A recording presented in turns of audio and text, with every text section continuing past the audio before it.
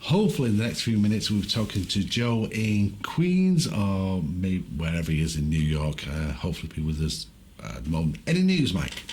Yeah, Texas has gone red. Oh dear. The Republicans have just taken the narrowest lead you can possibly take of 10,000 votes. Yep. 49.4% to 49.3% for the Democrats. So Trump is ahead in Texas. Ohio has narrowed as well. And as you know, I said it, Trump cannot really win without getting Ohio and Texas. And that is 50.2% to 48.5%. That is a lot narrower than it was. We were nearly 5% ahead there. Now, it's a close thing. So close. This is getting, this is fucking getting crazy now, isn't it? Anyway, it's just one of them, innit? I was hoping it'd be a little bit wider than this, but what can you do? Just one of them things.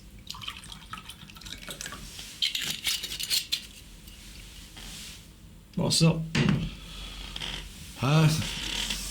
Nothing.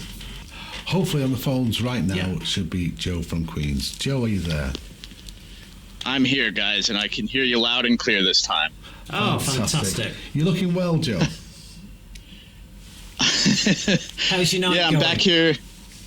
I'm sorry? How's your night going? Oh, it's, well, we got back here to the shop, unloaded all the gear from that truck that you saw me on earlier. Yeah. And it's been a fantastic day and a fantastic evening here in New York City for the people involved with what I've been doing all day. Fantastic. Overall, though, it's not looking too good. Texas looks like it's leaning towards Trump, and so does Florida. It's not looking great at the moment. I'm not too sure what you're picking up. That's no surprise. Texas was not one that I earmarked. Biden can still win without Texas and Florida, but the Ohio is a shocker, Joe, because as you know, no Republican president has won without it, and at the moment they're still hanging on to a lead there, although there's another 20% of the vote to count, and that I'm hoping that's going to be the one where the sea change comes. But Texas was surprisingly stayed a few percent ahead, and then it's just switched now. So I don't know. I'm still optimistic.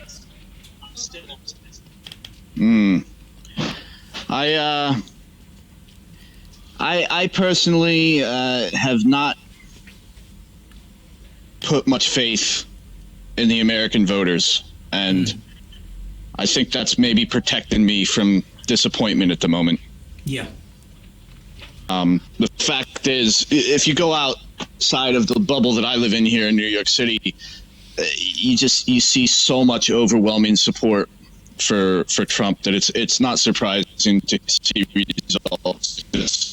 Right. As much as the left has rallied around Biden, the Republicans have rallied around Trump, and he's done a great job of organizing his base. He's done a great job of appealing to the people who agree with his ideals and his values and his policies and his politics. And it's sad and it's disappointing, but it is our reality in this. Yeah, it's the problem is we need a rebuke tonight, and you need a landslide. Otherwise, this is going to be a mess, as you know, because whereas if tonight it was a victory for Trump, you know that Biden will phone him and concede, and you know that we're probably not going to see that the other way around. Officials in Michigan and Minnesota, two U.S. states that will play a key role in November's presidential election, on Tuesday sounded the alarm about the potential for armed civilians at polling places, sparking violence or intimidating voters. Michigan's top election official said state police will enforce a ban issued on Friday forbidding the open carry of guns within 100 feet of voting centers. But some Republicans and local law enforcement representatives have said it may not be enforceable. In Minnesota, civil rights groups sued to block efforts by a private security company to deploy armed polling monitors, blasting the effort as voter intimidation. Others have speculated that an attempt to block people from carrying guns to the polls will spur protests by gun rights activists outside voting centers.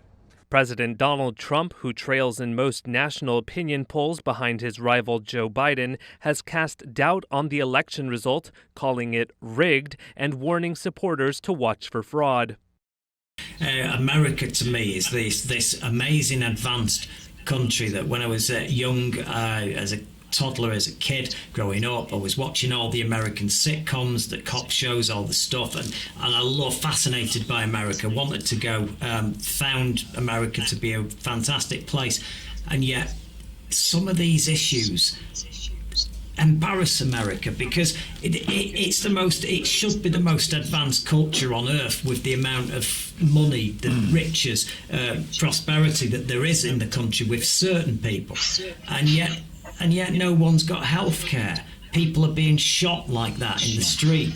Everybody's walking around with AK-47s at voting stations. Do you know, if somebody walked into a polling station, a voting station here, in a general election for Prime Minister, and with a rifle or a gun like that, there'd be a SWAT team outside within 5 minutes. It'd be absolute carnage. As there should be. I can't understand why that isn't. Even if you allow guns, I don't understand why they allow guns in a bloody a place of voting.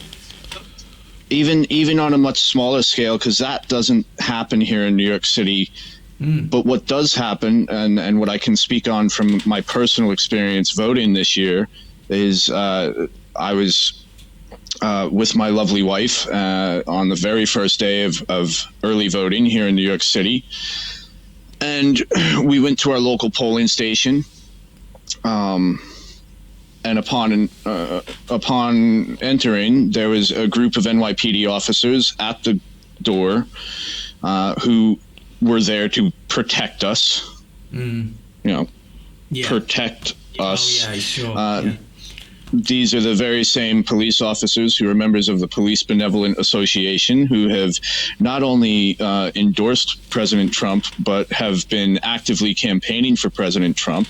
There have been numerous incidents of police in the streets advocating for President Trump through the use of Trump paraphernalia, and even one case was publicized of a police officer squad car in a neighborhood in Brooklyn announcing openly to vote for Trump.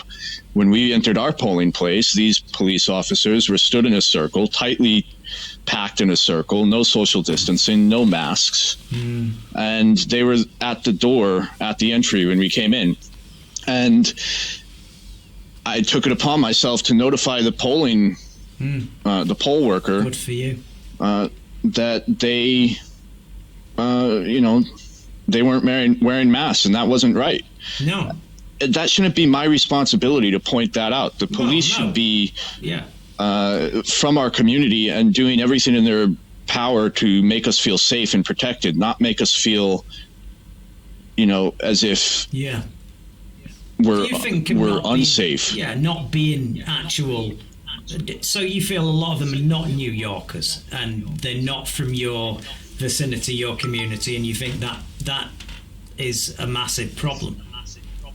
That's been a massive problem for years. There was a statistic released in 2017 with the graduating class from the police academy here in New York City.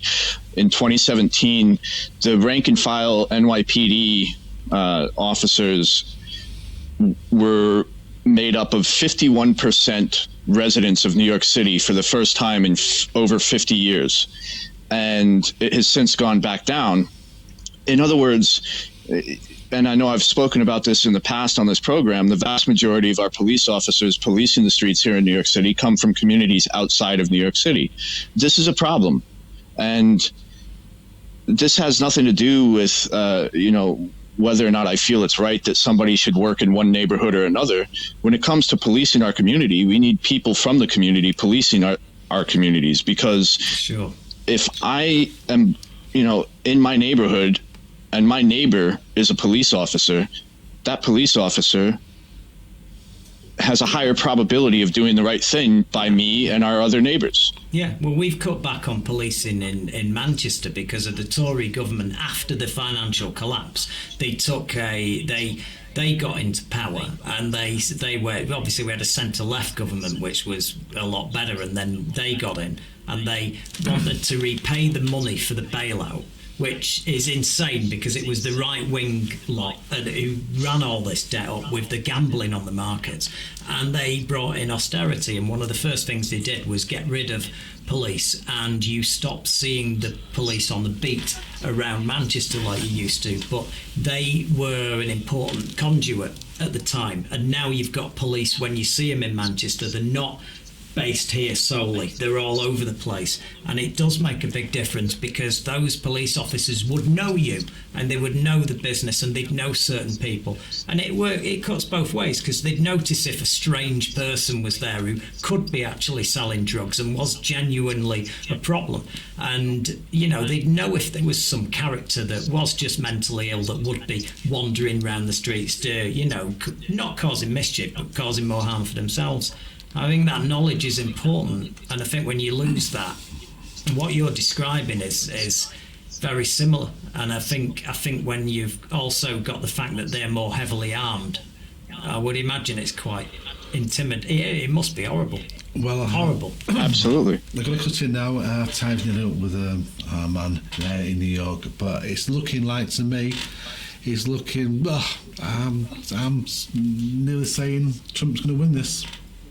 I'm not there. I'm not there at all. I believe. I didn't think he was going to get Texas. Texas is blue wave, right? Let's be clear. I said there's going to be a landslide, a very decisive victory. Yeah. I'm not getting back off that. This isn't quite as good as I was hoping at this stage, but he's a long way from winning. You're still looking at this. This is still Trump struggling to win, and Biden ought to be okay. But if he keeps Ohio, that'll be a big one. We'll see. Joe, we'll see you is it 2 hours' time? I think it is. We ought to know something then. We ought to see it a lot clearer then, I think. I'm just going to let me know. I'm sure you're somewhere down there. Yes, there it is, Joe, at 4:10 our time, which is God knows. Very good. And I should be home, and I should know more of myself by then as well. Yeah, we like your anecdotes, sir. It's always helpful. So thank you very much. And I hope, you start feeling a bit more optimistic. You never know. We might be rid of him tonight. You never know. You never know. Joe. We can only hope. We can only hope. Thanks so much, Joe. All right. Cheers. Thank you for watching. I'm impressed. You've passed the IQ test and got this far, so let's press that button. Let's do the last thing that helps us. It's got subscribe on it, you can't miss it, and please ring the bell for notifications of future videos.